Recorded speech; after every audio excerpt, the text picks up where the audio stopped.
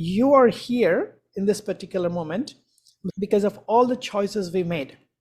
We have an idea, and there is this actual reality that we're living. So when you're living in this reality, you did your very, very best given the circumstances and the situations. You cannot live in hypotheticals. That is my number one thing that I would like to say. No matter what the situation is, whatever has happened up to now, if you're approaching or already in menopause, it's okay. You're not trying to convince anybody, including yourself, that you could have done better. Please accept that as the beautiful gift of life that you lived up to now. Being a woman in the yogic culture is one of the most powerful evolutionary gifts that it brings. Prakash Chegu is a spiritual alchemist, a yogi mystic, healer, mentor, and an internationally renowned Kundalini yoga teacher. He is a conscious entrepreneur and travels throughout the globe, managing businesses, teaching workshops, leading retreats, and consulting individuals, couples, families, as well as organizations of all types. Prakash draws upon his background in engineering technology, with his experience growing up in India in a family rich in culture and traditions, where he became accustomed to mantras, chants, and of course yoga. These two disciplines are combined to culminate at transcendental experience for the student. Prakash often shares his knowledge of the deep-rooted Hindu traditions of Ayurveda, Jyotisha, Vaastu, and of course Kundalini Yoga. Prakash is also a healer in ancient yogic technology called Sat Nam Rasayan. Translation: deep healing in the true identity. Very apropos on the topic of menopausal health and wellness. This episode is especially relevant for women navigating perimenopause, and it's a time when the transition should all be about embracing one's true identity.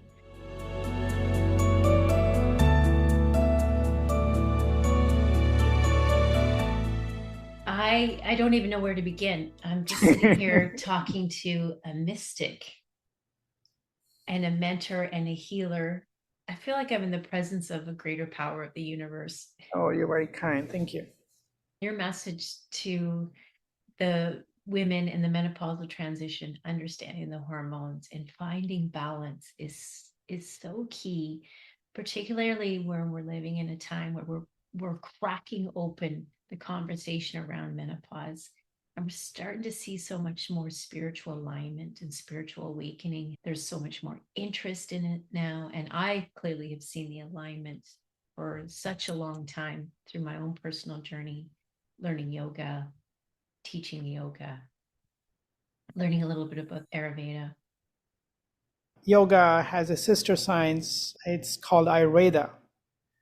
And Ayurveda, by definition, means science of life or knowledge of life. And it's hard to take them apart because there's many aspects in what we consider yoga as a whole. There are tools that includes, okay, you have to eat this or you have to drink this on a regular system on a time for it to work for you. Sometimes generally perceived, especially from the Western mindset, moving your hands is only going to help your hands. But in yogic philosophy, moving your hands is actually helping your heart, your thymus gland, your thyroid, and also supplementing your adrenals and also your pineal and pituitary. There's the balance of hormones that happens in our body is not separated, or you cannot take one away from each other. Everything is a constant interplay between our emotions, between our body, between our energy. And also, I would like to even go further and say between our past, present, and future, because we carry the information of our past in our genetic material. And sometimes it's been proven, especially in the recent times, about when we talk about epigenetics. It's not just what you bringing from your past, you can also change that in real time with the activities, with the information that you're doing. You can change it by listening to the right kind of music or right kind of information, right kind of diet, right kind of lifestyle that includes your sleeping habits, what time you wake up, what time you sleep. All of them are affecting every single thing aspect of your life. Our body is a masterpiece that is designed in such an elegant, powerful way. It learns to compensate itself no matter which way you're doing. The less sensitive you are, it takes a long time for you to understand because your body is compensating. The more sensitive you are, you can identify your body will still compensate, but every time you're compensating something that happens in your body, like for example, if you hurt your right shoulder, you're putting more weight on your left. If you hurt your right leg, you're putting more weight on your left. Your body naturally balances to survive and compensate, but that's not healthy. So the same thing happens with your hormonal system. Okay. So you start taxing it consistently because you don't get enough sleep, so you are tired. So what does it happen? Your adrenals start kicking in. So your adrenals are working so hard, it doesn't get enough rest, and your body's getting taxed. It gives you symptoms and signs every step of the way, but most people are too busy on the rat race. So if your adrenals are getting taxed, what is the supplement is going to get? Your thyroids. So it's a very common thing that we can notice in people that are stressed and their adrenals are overworking, then the thyroids are overworking. And your thyroids are not designed to work or regulate the functions of your stress, so it breaks or it gets imbalanced. That's when you start to see thyroid conditions. It's a hook from one system to the other, one gland to the other, one component of our body, whether it's physical, emotional, energetic.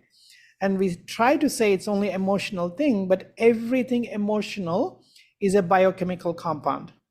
Every emotion is a biochemical compound, and that stays in your body. And if you don't process it and release it right away, it affects those organs, and then it becomes a physical. It doesn't take long. It can happen in a few seconds. If somebody is scared, they freeze. That is a physical reaction. So that's why I feel like the concept of yoga, what is the purpose? Like, do we want to increase or focus on the health of the woman during the menopause?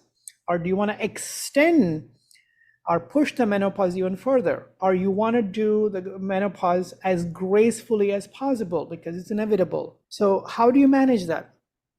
Because it's all a function and the play of hormones. Menopause in itself is such a stress, as you indicated, the hormones changing, and that causes so much stress in itself, the biological stresses. But finding our inner peace and that inner calm where we can gracefully age without fear, without the anxiety, without the added expectations that women put on themselves. What is so important about finding that inner peace? Is there something else that we can start with square one as we enter into the age of wisdom? Our society derives the inner peace from external situations.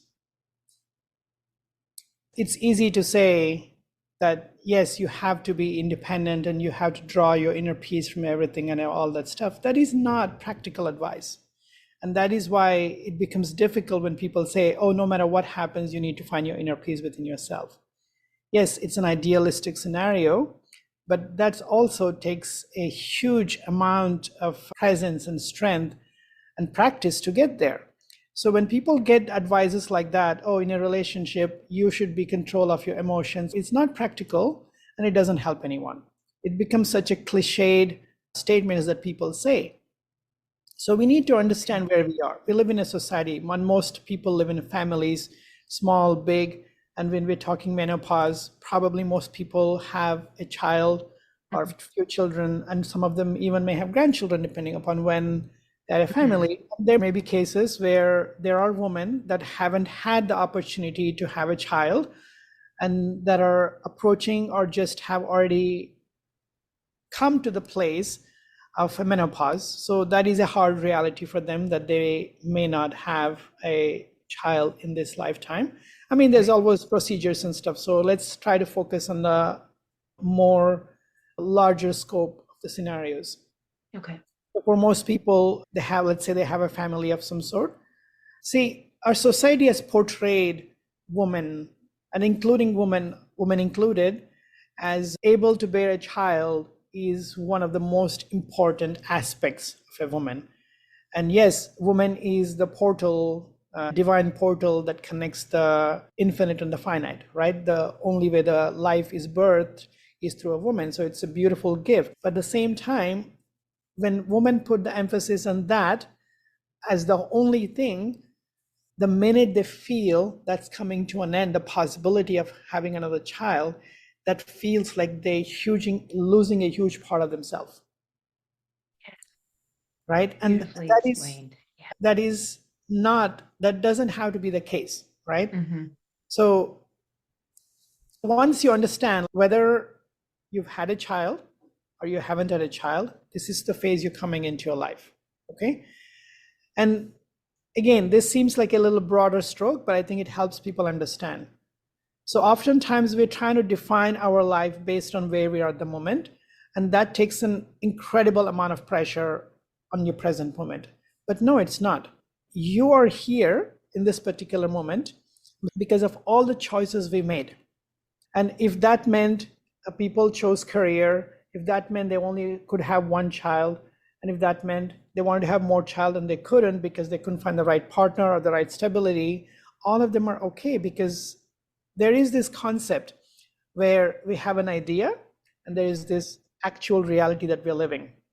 So when you're living in this reality, you did your very, very best given the circumstances and the situations.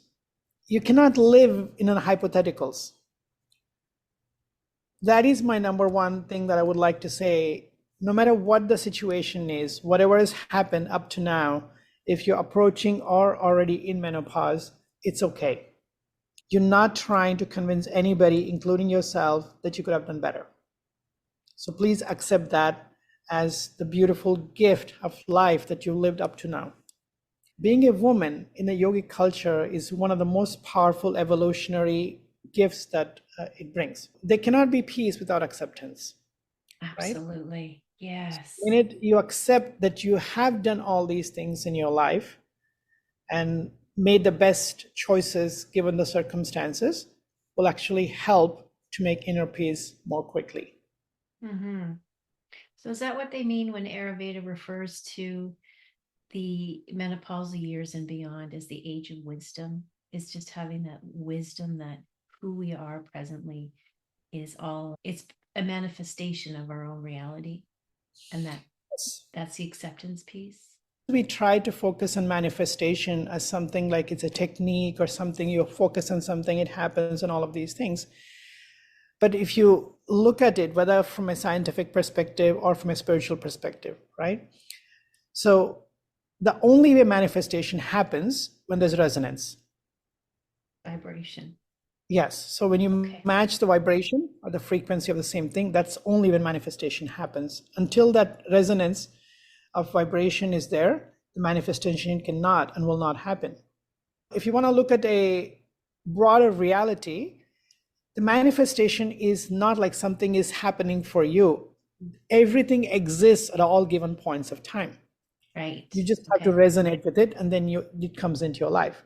So you're not creating it, it already exists as a terms of possibilities. I want to explore this a little bit more. I find this fascinating, and there's so much talk now about manifesting your abundance, manifesting your health and everything. And your health, that's right. And it's just a matter of bringing it in. How do you get your vibration to resonate with what it is that you want? So where does the desire come from? So if you go in that route, where does the desire come from? The desire comes from some kind of an information, some kind of a thought. Right. So where is the thought coming from? See, this idea that thought comes from our brain is actually not practical, because our body is an instrument. Okay? And we are tuning this instrument to receive information. Just like in a television, if you're watching an elephant in a television, if you open the television, the elephant's not going to be there. True. Right? It's a wave that's Good going through. analogy. This Right. instrument catches that wave, and just like that, our brain is an instrument that's able to capture the information. Okay. When you put the channel, it sets that frequency, and then you see what's coming in the channel. It's more important than hyper focusing on a specific manifestation. Raise your vibration at that level, right? So you think you want something, but at that vibration or even higher, you may be able to get something even more beautiful than you ever thought. The goal should be focusing and keeping and maintaining our vibration as high as possible, instead of focusing on what we can get. Because universe is extremely intelligent. And this is one of the questions I ask my students often. Do you think you're more intelligent than the universe? And most of the time people say we are not. So immediately that gives us a relief from wanting to do the best, trying to know everything and everything else. If you could do one thing every day in your life, maintain your vibration as high as possible. Okay. Instead of focusing what kind of car you want, what kind of house you want, all of these things. And I am a strong proponent of living your life in a wealthy, comfortable, luxurious way. Beautiful. I'm not asking if you're a spiritual person, you need to live like a poor person. Like, no, if you're a spiritual person, live like a king. Drive a Ferrari or Lamborghini or travel in private jets, all of them, and live in a beautiful, luxurious place. So, but how do you get there is like trying to maintain the vibration, letting go of any idea that any desire is good or bad, right? If you have a desire for something, it's a good or a bad thing.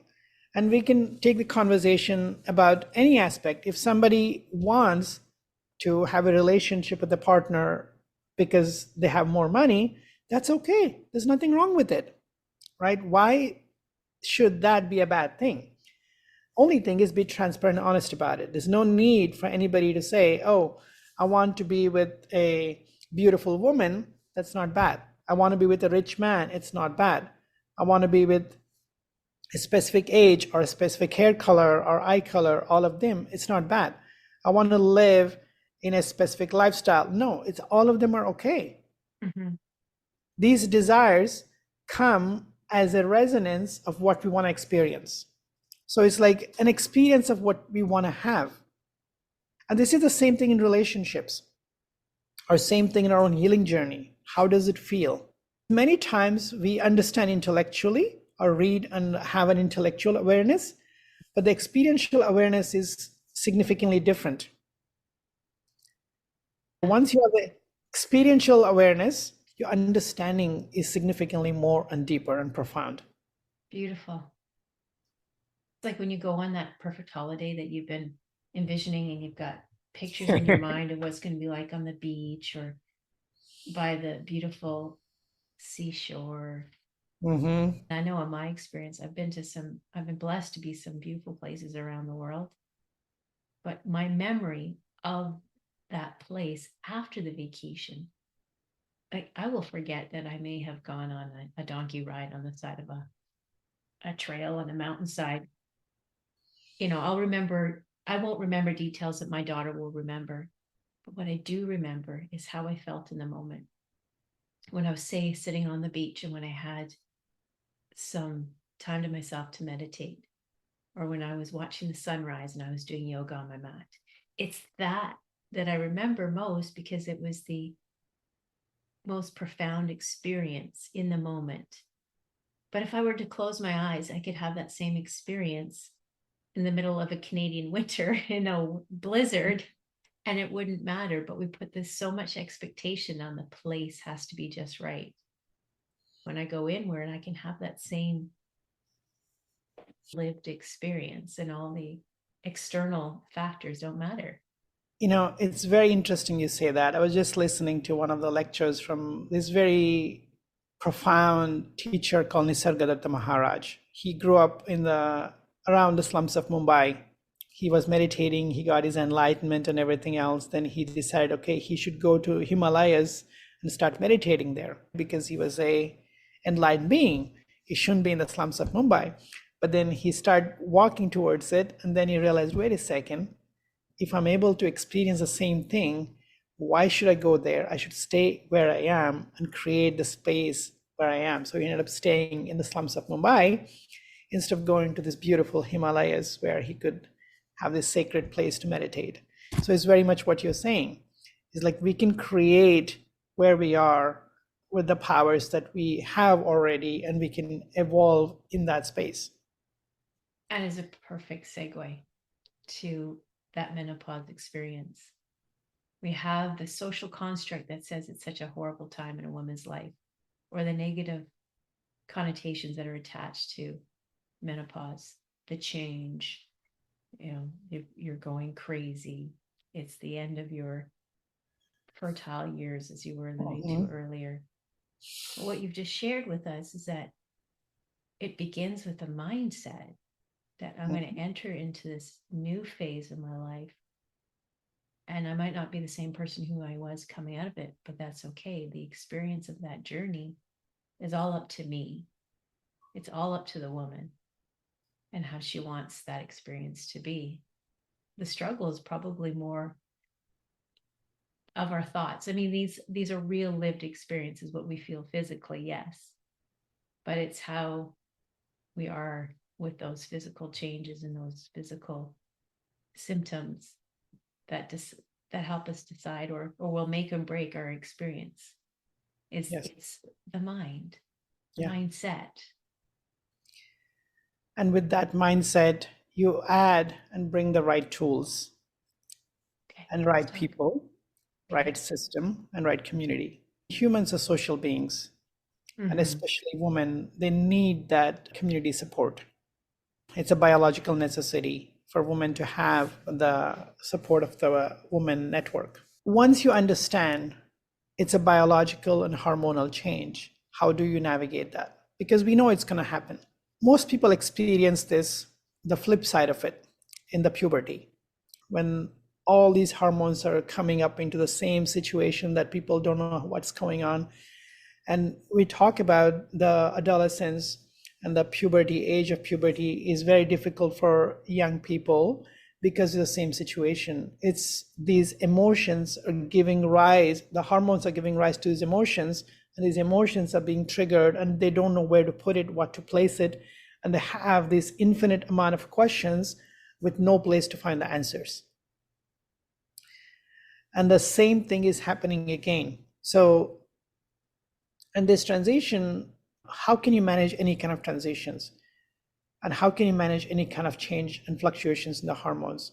And we know it's going to happen. How do you balance? How do you strengthen your hormones and glands when the functioning changes? And there are very powerful yogic techniques, breathing techniques, hand gestures, and mudras. And with the right order, right system, the right balance, it will make the menopause almost effortless or almost unnoticeable and very graceful. That's what the yogic system teaches. When a woman is having a lifestyle that she's lived all her life, then the menopause doesn't even make that much of a difference. Because people don't even notice it, because yes, they know it's going to change, but it's not going to make that much of an impact.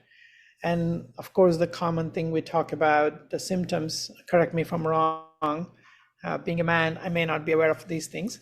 The hot flashes and the lack of sleep, the appetite, I mean, mostly loss of appetite, but it may go up and down also. And all of these are very common symptoms of hormonal fluctuations. In Ayurveda, we talk about body types. There's 3 major body types, Vata, Pitta, and Kapha. And each one of them process it differently. So if a woman is Vata, for instance, which is predominantly a combination of air and ether or space, so they handle the emotions much differently than a Kapha woman, which is earth and water. The same with the person that's Pitta, which is fire and air. And then it's not just 3, there's a combination. Most people don't have just one. They usually have combination of 2 dominant ones, and there's people that have tridoshic also. Okay. So it's important for you to understand what's your body type, which is you can take a quiz or just do the pulse reading or look at your body type and can identify it fairly quickly. We can also do it astrologically. So once you identify it, then you can actually see, okay, this is my body type. What is the right tools for me? That will alleviate a lot of struggles that people have to go through, because doing the right thing at the right time in the right proportion is significantly more important than doing a lot of things and when you don't know when you're doing. So these tools would include your dinachara, your daily practice, and Mm-hmm. your foods and Yeah. the spices, Absolutely. and then eating for the seasons, correct? Eating for the season, you're absolutely right, because the daily practice is what we call dinacharya. It's a daily Dinacharya. habits. And the rutucharya is what we call seasonal changes, right? Okay. So the spring, or the fall just started in the northern hemisphere and spring in the southern hemisphere. So the common thing in the fall is it will help you to be more grounded and eat more grounding vegetables. I always make a joke about this because Starbucks is so in tune bringing out the pumpkin spice latte because pumpkin and is very good for the season, right? And So there true. are some people, especially some of the women that I know, they're really love salads. And Yes. salads are not ideal for the fall. But if you do want to eat salads, increase the amount of oil or fat that goes in it, right? And add some spices. And spices Fantastic, doesn't yeah. mean increase more chilies or pepper. But there's multiple types of spices that go. Spices are like this, hundreds of different spices you can add to make the salads more nourishing for the fall. So this is Rutucharya. Just like we talked about Vata, Pitta, and Kapha, so it changes in a day. In the morning, in the afternoon, in the evening, the Vata, Pitta, Kapha changes. Okay. It also changes in the age of a person's life. So there's a Vata stage, there's a Pitta stage, and there's a Kapha stage of each person's life. Okay. So generally, Kapha is considered more prudent, strong, a little slow, and systematic and methodical, all of that. So when people are coming towards the menopausal age, there's more Kapha tendencies. But if they also have a strong Vata, for instance, so you need to balance both. So it could be like starting with the right kind of tea or right kind of rituals, like putting oil on your body. That increases or reduces the air and increases the kapha. So that helps women to balance the doshas, and that helps balance the hormones, and that helps it make it easy for them. In example, like different kinds of doshas have different kinds of oils that we use.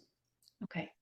And that itself makes a difference in how a woman is going to feel. Just applying oil on your body 5 minutes before you take a shower and go. And of course, if you have more time, it's okay. It will be helpful. But if you're a busy person that don't have a lot of time, just in the bathroom before you jump in the shower, just apply for a few minutes. That can make a huge difference. And now then we're not talking any specialty oils. These are can be simple as what, like coconut, sesame. Coconut, sesame, castor, and each Castor. depends on the body type. And of course, there's medicated oils that we can find also, like if you're something serious is going on. But some of the basic oils, yes, like sesame for vata typically, coconut, anybody can use it, castor. This is incredible. And I know that the listeners are just gonna grab onto this. It's very fascinating. I found it fascinating, so much so that I actually did a little course on Ayurveda so I could understand it and be able to offer some natural healing modalities for menopausal women. But I'm going to put a quiz in the show notes so people can have a general idea what they're leaning towards. That's incredible. The awareness is the key to our health. It changes. So if you took a quiz 2 years ago, it can be dramatically different now. The seasons of our lives are progressing. Seasons and also lifestyle. There's a predisposition based on your birth and your body, but also changes with your lifestyle. And sometimes people try to like identify, oh, this is a better body type than this. Like, no, there's nothing like that. Each person's body type is unique and everything is necessary and distributed. And we don't have to say, oh, this person's skinny, they're better. Like, no, nothing like that. There's no glorification or saying which one is better. You just have to follow a different protocol for different body types and different protocol for different stages of your life. I am so glad you said that, because we hang too much emphasis on body composition. What's right, what's beautiful, what's glorified. In the perimenopause phase, that 3 to 4 years prior to menopause is when we'll experience the most body composition changes. And this is the most detrimental time for many women who beat themselves up and go through some terrible anxiety and depression over it because their body composition is changing. I really appreciate the fact that you said that the body composition is going to be different regardless. Yeah, and it's going to change, but we are still in control. We still have choices to make, like you had explained, lifestyle choices that allow us to work through the change, but that acceptance piece of the body composition and how we are naturally as a human being. And that takes us right back to what you said at the very beginning about the acceptance. I feel that the more knowledge we can provide, that awareness piece through education, the Ayurvedic principles, is sound knowledge that empowers women. Knowledge is power, and power is the difference between you choosing what's right for you or being told and led down a path that just causes further angst and anxiety. Understanding is not just one aspect that defines you. That's what creates the anxiety, that's what creates the imbalance. Saying, oh, I'm losing this part, so I'm no longer as valuable, or no longer, I'm gaining weight, I'm getting weaker, I'm not as strong, I can't move as fast. All of these things happen. But no, that's one aspect. As when you look at the bigger picture, there's other aspects of you that are shining more than now, right? So there's this aspect of you that was shining more at this point, and now that this aspect is shining more, even more, because this is no longer relevant to you. When I see this, and I often say this to people, when you're feeling like you don't see the full picture, you're getting anxious, you feel like you're going to explode, expand the picture, expand the picture, expand the picture, get more context, which will give you and your family and your children and all of them to see a bigger picture of you. The biggest challenge for a lot of people is like, oh, I was able to do this for my husband, my family, my kids, all of these things. I can't do this anymore. So they need to show this isn't the only thing they were able to provide, even though that was probably the most necessary thing for a while. Now there's bigger picture. They can add more value, not just one aspect or one part of the life that was being available. And that may be even better and more beautiful for everyone. So don't limit yourself and define yourself as one small aspect. If you're able to manage the hormonal system, the glandular system with the right diet, and there's some small supplements that you can take that can help, that nobody will even notice you're going through this phase, including yourself, because it will be so smooth. And that is the goal for us, to make sure this happens. Like you said, and that is that true wisdom piece. So many cultures, they revere their elders as the wise women of the community, because they've arrived at this certain level of intelligence, knowledge, experience, lived experience. And this is part of the paradigm shift I'm hoping to see, because us Gen X women and the earlier millennials are entering into the perimenopause phase. We need to do it gracefully. We are the mentors and the leaders of our children, so that when our children are getting to this phase, it's like a no-brainer. Why did you guys sweat over it? It's just the way it is. If I may, I'll take a slightly different context. Like, for example, they say if a woman practices yoga from the age of 8, she's going to have the most graceful puberty without all the struggles that the young woman that doesn't practice yoga. The same thing applies here. So a woman doesn't need to wait till she's hitting a menopause or perimenopause. If she starts integrating these lifestyles, these habits at any point of life as early as possible, like right now. So when it actually comes to it, you're not trying to add something new into your life. It is part of your life, and you just start navigating it very smoothly. And that is the goal. I preach it all the time. Yoga meaning to yoke, bring together the union of the feminine and the masculine. And in doing so is where we find balance. We have the Ida in the Pingala, And where they crisscross on the spine is where we have those 7 energetic centers, the chakras. So by finding that union or balance of masculine and feminine, and letting that balance of energies happen, we are aligning the chakras, which are associated with the endocrine system.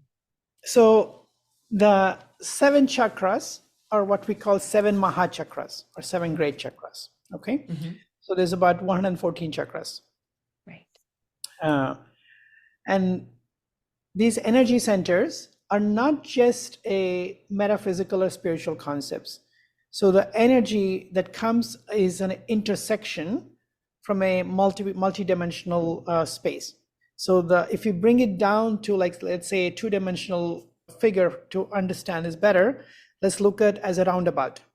There's multiple points intersecting at a roundabout, and the energy keeps flowing. This is happening in a 3 or higher dimension. So the energy coming from here, here, here. So these are the points of intersection, and the energy keeps moving and moving and moving up and up and up and up, right?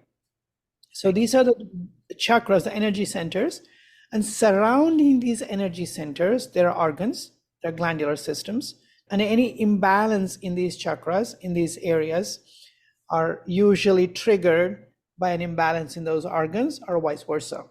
Okay. Yeah.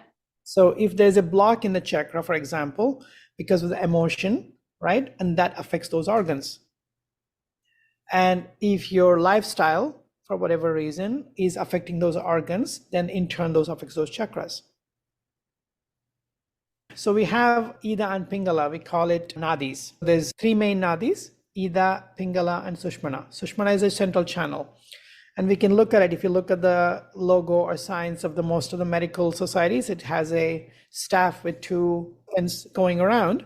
And there's a 3.5 points that you see majorly. When we do some meditations, we talk about these 3 points where you move the energy around. And there's 3 points of intersection. And we call this 72,000 nadis. And when the energy is moving through our Ida and Pingala, and when it goes up, and you see this here, like this two heads of the serpent that's falling. So it falls into what we call Sushmana, the central channel. When people talk about the Kundalini awakening, that's what the energy is moving through. So the dormant energy of Kundalini is at the base of the spine. And for most people, when they have a healthy lifestyle, it moves between the chakras 1, 2, and 3, which is at our navel center, the 3rd chakra. And to move from there higher up to your heart center, your throat, your Agnya chakra, and your Sahasrara, and all of them, so you need to have some kind of a spiritual practice. Between the 1, 2, 3, you can live a healthy functioning life between the 1, 2, 3 chakras. Your survival, feeling of safety, creativity, sexuality, and confidence, and power and willpower, all of them between these 1, 2, 3 chakras, right? So, and each one of these chakras are responsible for a specific hormone, right? Okay. And we can also translate that to an emotion as well as a hormone, because every emotion is coming as a release of a biochemical compound into our bloodstream. When we learn to balance these hormones, these glandular system, these chakras, and these emotions, it becomes very easy to navigate the glands and the hormones. There is a particularly useful and more powerful practice of yoga called Kundalini Yoga. And that typically what takes about 8 to 10 or even 12 years, you can achieve the same results in Kundalini Yoga. And that's why it's considered one of the most powerful. And also sometimes people consider it's dangerous. Of course, there's nothing wrong with dangerous. You just have to know how to navigate it and how to use it, right? If you follow the right instructions, it's not dangerous, it's powerful, right? Just like the electricity is dangerous if you don't know how to use it. If you take a pencil and go in the socket, it's dangerous. But if you plug in the light bulb, you can light the house, right? So the same thing with Kundalini Yoga. If you're working with the proper instruction, working with the proper tools, working with the right set of instructions, it will be very powerful and very useful. And Kundalini Yoga is mainly composed of what we call Kriyas. Kriya, by definition, means completed action.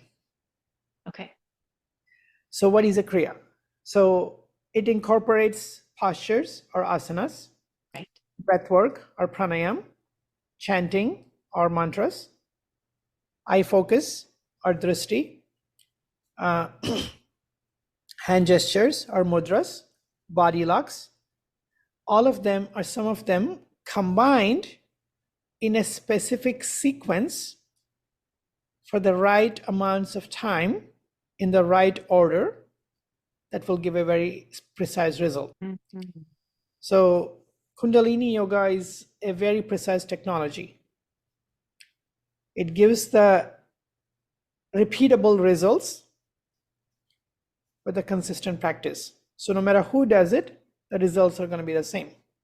Well, of course, within small deviation of the person's fitness and how precisely they're doing it. There are kriyas for almost everything. There's kriyas for physical, like working with your back pain or shoulders or hips or legs, working with the pain of them. And there are kriyas for balancing the hormones. There's kriyas to improve your memory. There's kriyas to improve spiritually, like improve your intuition. So there's kriyas for both tangible, intangible, physical, intellectual, all aspects of our life.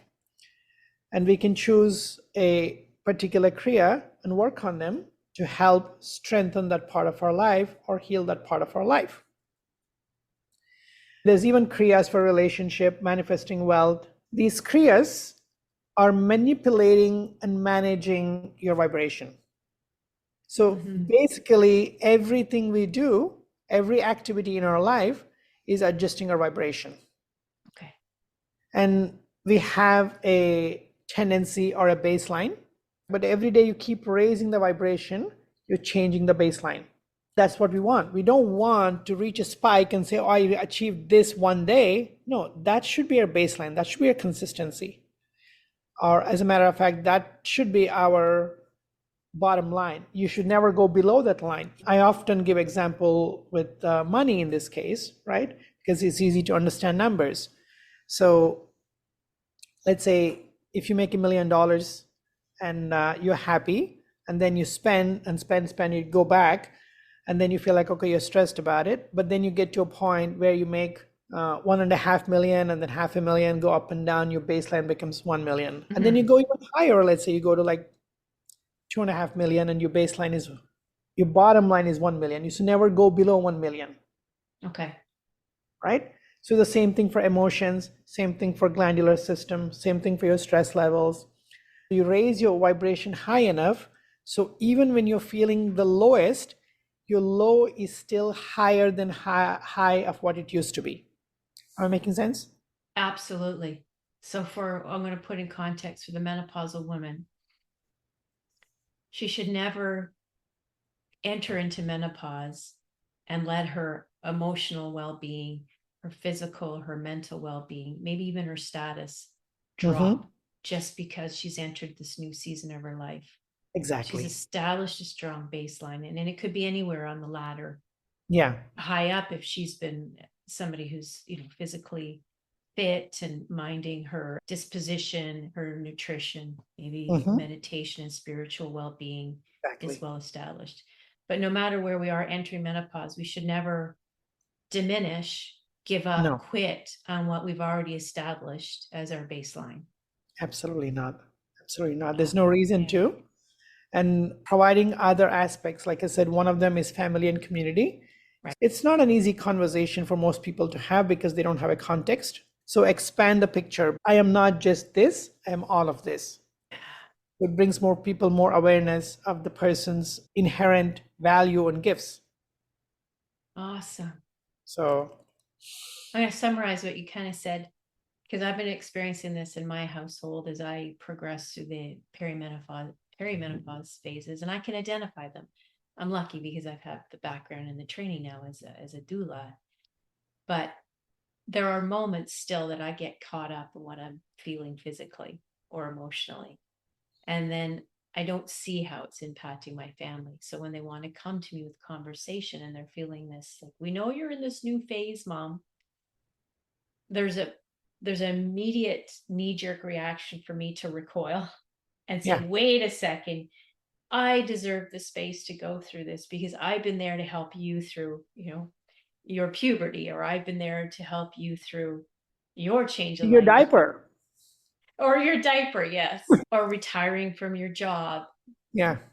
So what you're saying is we should peel back and say, I am still this loving mother, a loving wife. We have a beautiful family and a wonderful home over our head. Let's find gratitude and beauty in that. And remember, that is our foundation, our baseline. And so wherever we are in the ebb and flows of life changes, we will do the work together as a family instead of making it all about that one singular thing. Absolutely. Absolutely.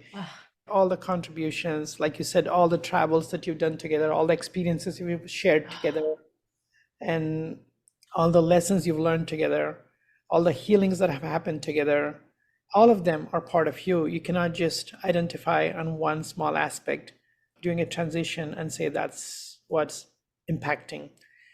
And that's actually in many cultures, they even talk about women actually go into higher states of enlightenment after menopause. There is this release of this responsibility of procreation and the evolutionary aspects and everything else, so they can feel more connected to their own spiritual evolution, their own spiritual growth, instead of taking care of the other aspects of your life. It's kind of what you were saying at one point in a conversation. There is like these wise women that come when they're a little older.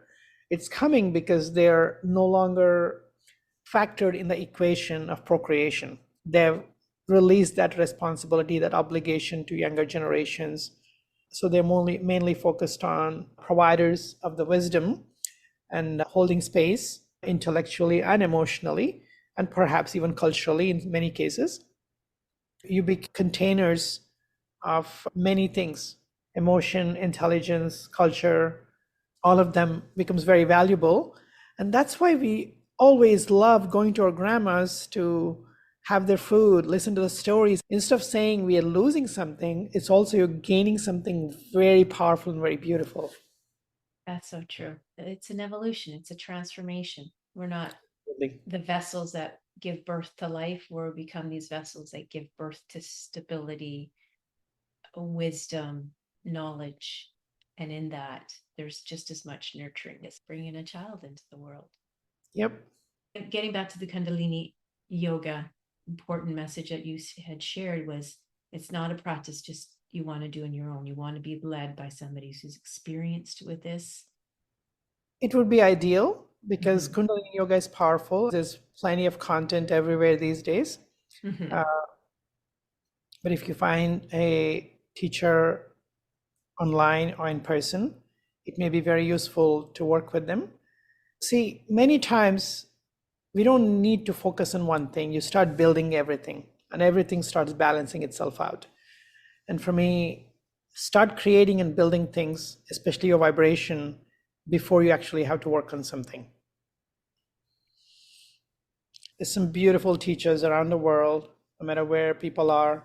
But if you're somewhere where you're close to me or you want to find classes online, I do teach classes on a regular basis. And I also just started teaching some courses in the last few months. And it's been very useful because people like a start date and an end date, and then they can practice on their own.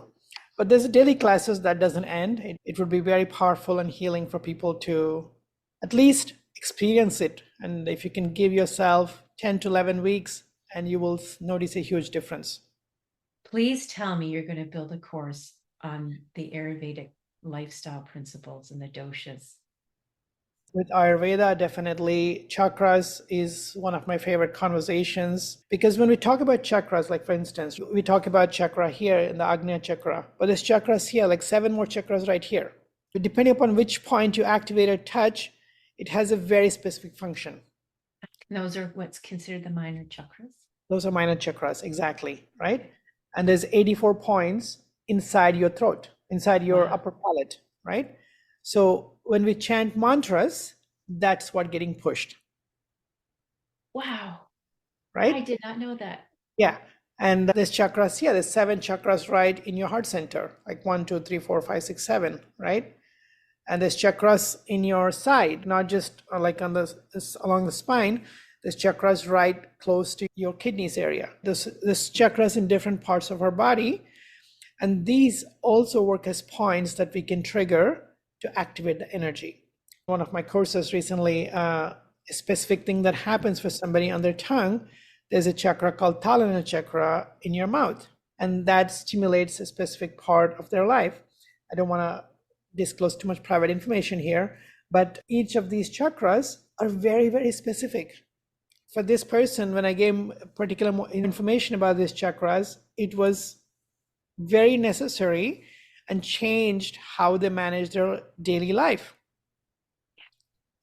So these vast amounts of information we are carrying, and our human body is so wise, we just need to know how to navigate this powerful instrument, right? I often say most people are using this instrument like a little bicycle, pushing it around and saying, why is it so difficult? And we're not an instrument that you're going to push around or pedal around like a little bicycle. You enter into your cockpit there, like a spaceship, there's 1,000 different controls. You can push, you're going to fly at 1,000 feet or 5,000 feet or 10,000 feet. Then it feels smooth sailing. Right. But if you try to fly your plane on a busy street, you're going to be bumpy, hitting everything, breaking things. So it's designed to fly at a specific altitude. We just need to learn the controls. Yeah, tune into it, tap into it. A great way to summarize what it is that's happening in our bodies and our energy centers, navigating the change, tapping into the hormones for balance. Where can people find you online? I have a website, prakashchegu.com. Okay. Also my Instagram and also Facebook. Those are probably the social channels. My goodness. I want to bring you back more and more. We can have a specific, like we can actually talk about maybe one particular kriya or something particularly, instead of having very broad like we did today, like more like an introduction. And perhaps we can do one more on like, I can identify specific herbs in Ayurveda, which will help. And that may also be very useful, like more practical, not just a conceptual. Also, we can. Fantastic. It's a deal. Listeners, stay tuned. There is more fine tuning. We give you the stratosphere view from your 10,000 foot cockpit. Right. And now we're going to get into those fine little tools and techniques. This has been a blessing for me. Thank you. Just remember, being you is what you need to be, nothing else. Oh, I think I needed to hear that today. Yes. Thank you very much. Thank you. Okay, here are my takeaways from today's show. Tapping into alchemy of Kundalini Yoga. Kundalini Yoga is an ancient practice with a transformative power to help women unlock their potential, to find natural healing and energy, as well as inner harmony, 2 very beneficial qualities that will aid in the menopause transition. And number 2, understanding Ayurvedic philosophy, traditions, and the doshas are significant for menopause management. Ayurveda offers a holistic and individualized approach to health and well-being. Knowing your unique constitution, or your dosha, an Ayurvedic practitioner can tailor recommendations to address your specific needs to balance the doshas, including diet, herbs, and lifestyle adjustments that are aimed at supporting hormonal equilibrium. And if you want to find out your dosha, take the survey linked in the show notes. Number 3, lifestyle adjustments. Ayurveda places importance on daily routines called the dinacharya and seasonal routines called the rutacharya. These routines can be adapted to address the unique challenges of menopause on a day-to-day basis, as well as through the seasons of the year and the seasons of our lives. And number 4, Yoga and Ayurveda are ancient sister sciences, and yoga practices geared toward chakra energy balancing, including breathwork, chants, mantras, and practicing the asanas, or poses, can bring massive benefits to the endocrine system. The endocrine system consists of glands that secrete hormones which regulate various bodily functions such as metabolism, growth, digestion, and immune response. So bringing these into balance can calm the nervous system, which spills over into our gut health and microbiome diversity and brain function. And if you want to learn more about the hormone gut cycle, check out my blog, linked in the show notes. And number 5, one effective means to bring about the energy balance is through the nadis, the 72,000 energy channels or pathways that run through the subtle body, much like the circulatory system in the physical body. And the 3 main nadis are the Ida nadi, which is associated with the lunar energy, the feminine, and is often linked to the left side of the body. And then there's the Pingala nadi, which is associated with the solar energy, the masculine, and that's associated with the right side of the body. And then you have the Sushumna nadi, the central channel that runs along the spine, connecting all the chakras, and it is associated with spiritual awakening of that Kundalini energy, a latent energy often depicted as a serpent coiled at the base of the spine. And when you're exploring the world of Kundalini awakening, it is highly advised to seek the expertise of a qualified and knowledgeable practitioner to guide you through the process properly. Do you need support through your menopause transition? A menopause doula can help. You can find me at mlcoaching.com. And help me help you by filling out a simple survey, which is linked in the show notes. Your input is greatly valued and will help in the design and creation of tools, courses, and other resources for my upcoming one-on-one and group coaching programs. Take the survey, it's linked in the show notes. Like, follow, share, subscribe. And if you are enjoying this podcast, I would love to hear from you. Consider leaving a review. Spreading the word will help broaden my audience reach and further impact more women as they experience a transition.